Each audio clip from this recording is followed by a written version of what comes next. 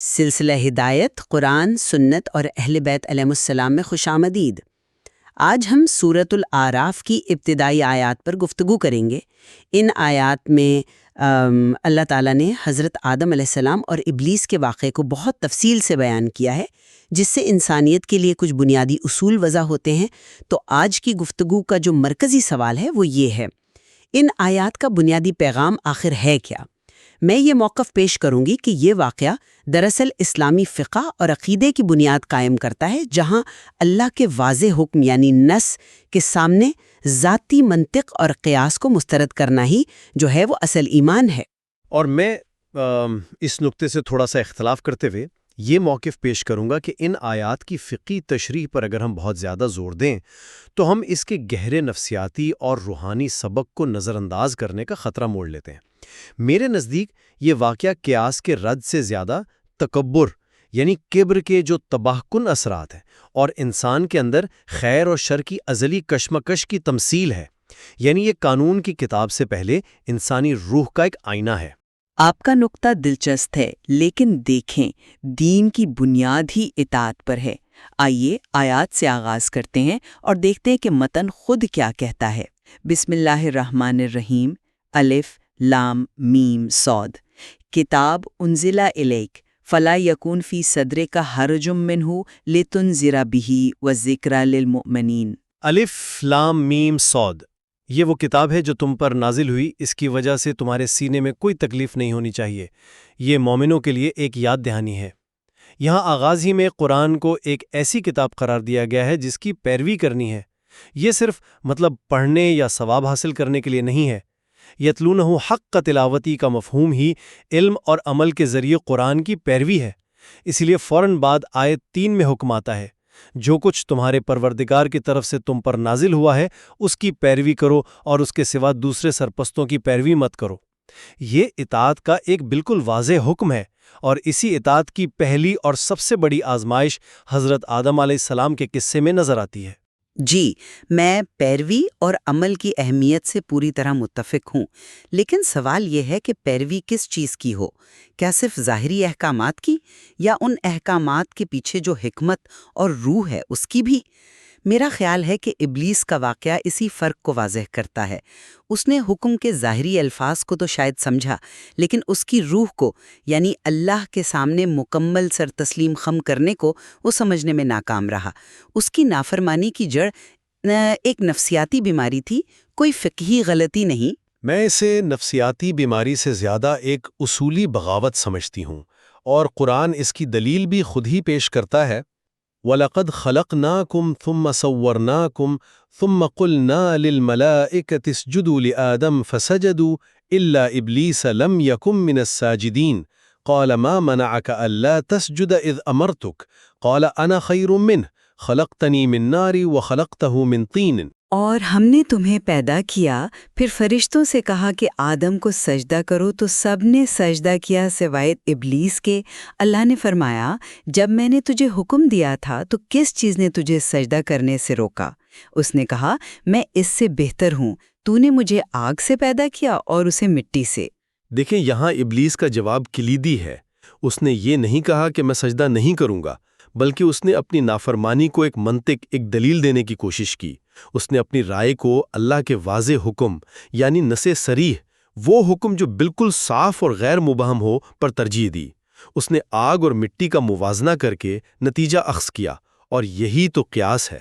امام جعفر صادق علیہ السلام سے منقول ہے کہ دین میں سب سے پہلے قیاس ابلیس نے استعمال کیا، لہٰذا اصل گناہ حکم الہی کے مقابلے میں اپنی عقل اور منطق کو کھڑا کرنا ہے۔ میں آپ کی بات سمجھ رہا ہوں، لیکن کیا ہم یہاں وجہ اور نتیجے کو خلط ملط نہیں کر رہے؟ اس کی جو منطق تھی وہ اس کے تکبر سے پیدا ہوئی۔ اس کا اصل مسئلہ تو یہ تھا کہ وہ خود کو بہتر سمجھتا تھا۔ انا خیر منہ، یہ اس کے انکار کا نچوڑ ہے۔ قیاس تو محض ایک آلہ تھا، ایک ٹول تھا، جسے اس نے اپنے تکبر کو جواز فراہم کرنے کے لیے استعمال کیا۔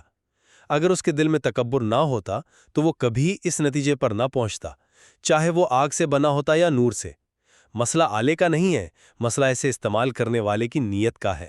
کیا ہم منطق اور استدلال کے پورے تصور کو صرف اس لیے مسترد کر دیں گے کہ ایک متکبر مخلوق نے اسے غلط استعمال کیا تھا؟ نہیں، بات منطق کو مسترد کرنے کی نہیں بلکہ اس کے دائرے کار کو سمجھنے کی ہے۔ جب اللہ کا واضح حکم موجود ہو تو وہاں انسانی منطق کی گنجائش ختم ہو جاتی ہے۔ ابلیس کی غلطی یہی تھی کہ اس نے اپنی محدود سمجھ کی بنیاد پر تخلیق کے عناصر کو فضیلت کا معیار بنا لیا، جبکہ فضیلت کا اصل معیار تو اللہ کی اطاعت ہے۔ اسی لیے اہل بیت علیہ السلام کے مکتب میں جب ہمارے پاس قرآن اور معصوم کی حدیث کی شکل میں نص موجود ہے تو قیاس کی ضرورت ہی باقی نہیں رہتی۔ قیاس جو ہے وہ دین کو نامکمل سمجھنے کے مترادف ہے۔ لیکن جب نص صریح موجود نہ ہو تو کیا عقل اور استدلال کا کوئی کردار نہیں؟ فقہ کے کئی مکاتب فکر ہیں جو اجتہاد کے لیے قیاس کو ایک ضروری ذریعہ سمجھتے ہیں۔ میرے نزدیک یہ واقعہ قیاس کو مکمل طور پر رد نہیں کرتا، بلکہ یہ متنبہ کرتا ہے کہ جب استدلال نفسانی خواہشات اور تکبر سے آلودہ ہو جائے تو وہ گمراہی کی طرف لے جاتا ہے۔ اچھا، اب آئیے آدم علیہ السلام کی طرف۔ ان کی غلطی بھی نافرمانی تھی، لیکن ان کا جو رد عمل تھا وہ ابلیس سے بالکل مختلف تھا۔ بالکل، اور اسی سے ایک اور اہم اصول واضح ہوتا ہے۔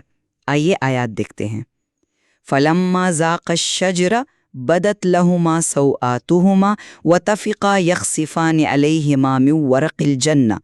جب انہوں نے اس درخت کو چکھا تو ان کے شرم کے مقامات ان پر ظاہر ہو گئے اور وہ جنت کے پتوں سے خود کو ڈھانپنے لگے۔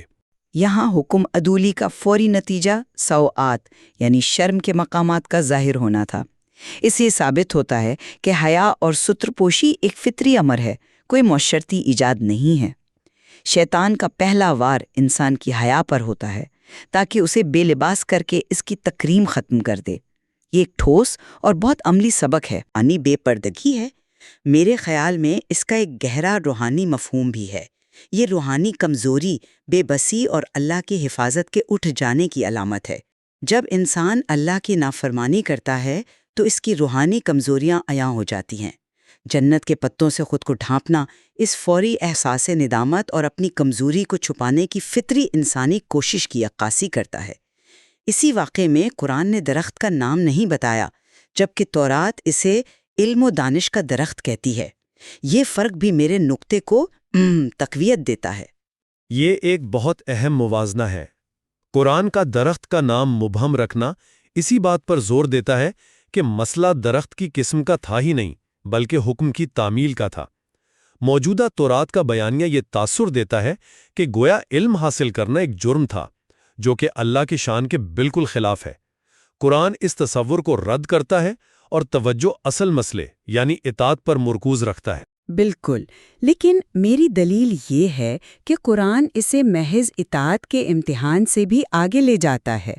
درخت کا نام نہ بتا کر قرآن اسے ہر اس شے کی علامت بنا دیتا ہے جس سے انسان اللہ کی نافرمانی کرتے ہوئے دل لگا لے۔ یہ دولت ہو سکتی ہے، شہرت ہو سکتی ہے، یا کوئی بھی ایسی خواہش جو انسان کو اللہ سے غافل کر دے۔ یہ ایک لازوال نفسیاتی تمثیل ہے، نہ کہ صرف ایک تاریخی واقعہ جس سے ایک فقہی اصول اخذ کیا جائے۔ لیکن قرآن فوراً اس واقعے کو ایک ٹھوس ظاہری عمل سے جوڑتا ہے، اور وہ ہے لباس۔ یا بنی آدم قد انزلنا علیکم لباسا یواری سواءتکم وریشا ولباس التقوی ذالک خیر۔ اے اولاد آدم، ہم نے تم پر لباس نازل کیا ہے جو تمہاری شرمگاہوں کو چھپاتا ہے اور زینت بھی ہے، اور تقوی کا لباس سب سے بہتر ہے۔ یہاں اللہ تعالیٰ ظاہری لباس اور باطنی لباس یعنی تقوی دونوں کا ذکر کرتا ہے۔ یہ آیت واضح کرتی ہے کہ باطن کا اثر ظاہر پر ہونا چاہیے۔ لباس التقوی یعنی پرہیزگاری، حیا اور عمل صالح انسان کی روح کی حفاظت کرتا ہے، بالکل اسی طرح جیسے کپڑا جسم کی حفاظت کرتا ہے۔ دونوں لازم و ملزوم ہیں، ایک کے بغیر دوسرے کا تصور ادھورا ہے۔ میں لازم و ملزوم کی تعبیر سے تھوڑا اختلاف کروں گا۔ آیت کہتی ہے وَلِبَاسُ التَّقْوَى ذَلِكَ خیر، اور تقوی کا لباس بہتر ہے۔ یہ ایک موازنہ ہے جو تقوی کو فوقیت دیتا ہے۔ میرے نزدیک لباس تقوی بنیاد اور اصل ہے۔ اگر دل میں تقوی ہو تو انسان کا ظاہری عمل اور لباس خود بخود حیا اور شائستگی کی عکاسی کرے گا۔ لیکن اگر صرف ظاہری لباس پر زور دیا جائے اور باطن تقوی سے خالی ہو تو وہ تو محض دکھاوا ہے۔ شیطان کا حملہ بھی تو پہلے روح پر ہوتا ہے۔ وہ وسوسہ ڈالتا ہے، پھر انسان بے حیائی کے عمل کی طرف جاتا ہے۔ اس لیے ہمیں جڑ پر یعنی تقویٰ پر زیادہ توجہ دینی چاہیے۔ لیکن جڑ کی مضبوطی کا پتہ بھی تو شاخوں اور پھلوں سے ہی چلتا ہے نا؟ اسلام رہبانیت کا دین نہیں ہے، وہ باطن کے ساتھ ساتھ ظاہر کی اصلاح پر بھی زور دیتا ہے۔ اسی لیے اگلی آیات میں اللہ تعالیٰ دنیاوی زینتوں اور پاکیزہ رزق کو حرام قرار دینے والوں کی مذمت کرتا ہے۔ فرمایا، کہو کس نے خدا کی ان زینتوں کو حرام کیا ہے جو اس نے اپنے بندوں کے لیے پیدا کی ہیں؟ اس سے ثابت ہوتا ہے کہ اسلام ایک متوازن دین ہے جو روح اور جسم دونوں کے حقوق کا خیال رکھتا ہے۔ لباس تقویٰ اور ظاہری لباس دونوں اسی توازن کا حصہ ہیں۔ اس میں تو کوئی شک نہیں کہ اسلام توازن کا دین ہے، لیکن آج کی گفتگو کا خلاصہ میرے نزدیک یہ ہے کہ سورہ آراف کی یہ ابتدائی آیات ہمیں اپنی انسانیت کی گہرائی میں جھانکنے کی دعوت دیتی ہیں۔ یہ ہمیں یاد دلاتی ہیں کہ سب سے بڑا مارکا ہمارے اپنے اندر برپا ہے، تکبر اور عاجزی کے درمیان، نفسانی خواہشات اور اللہ کی اطاعت کے درمیان۔ فقہی احکامات بلا شبہ اہم ہیں، لیکن وہ اس اندرونی روحانی صحت کا نتیجہ ہونے چاہیے، اس کا متبادل نہیں۔ اور میں اس گفتگو کو اس نقطے پر ختم کروں گی کہ اندرونی روحانی صحت کی تصدیق اللہ کے واضح احکامات کی غیر مشروط اطاعت سے ہی ہوتی ہے۔ ابلیس کا واقعہ ہمیں یہی سکھاتا ہے کہ جب نص صریح آ جائے تو ذاتی منطق اور قیاس کو ایک طرف رکھ دینا ہی ایمان کا تقاضا ہے۔ شرم و حیا ایک فطری قدر ہے اور لباس تقویٰ اس کی بہترین تجسیم ہے۔ یہ آیات جو ہیں وہ ان اصولوں کا مجموعہ ہے جو ایک صالح معاشرے کی بنیاد فراہم کرتے ہیں۔ بلا شبہ ان آیات میں غور و فکر کے لاتعداد پہلو ہیں، اور یہ بحث ظاہر کرتی ہے کہ قرآن کے واقعات کو مختلف زاویوں سے دیکھا جا سکتا ہے، اور ہر زاویہ ہمیں اپنی ذات اور اپنے رب سے تعلق کو سمجھنے میں ایک نئی بصیرت عطا کرتا ہے۔ اللہ تعالیٰ ہمیں قرآن مجید میں تدبر کرنے، اس کے گہرے معنی کو سمجھنے اور اپنی زندگیوں میں نافذ کرنے کی توفیق عطا فرمائے۔ اگلی نشست تک کے لیے خدا حافظ۔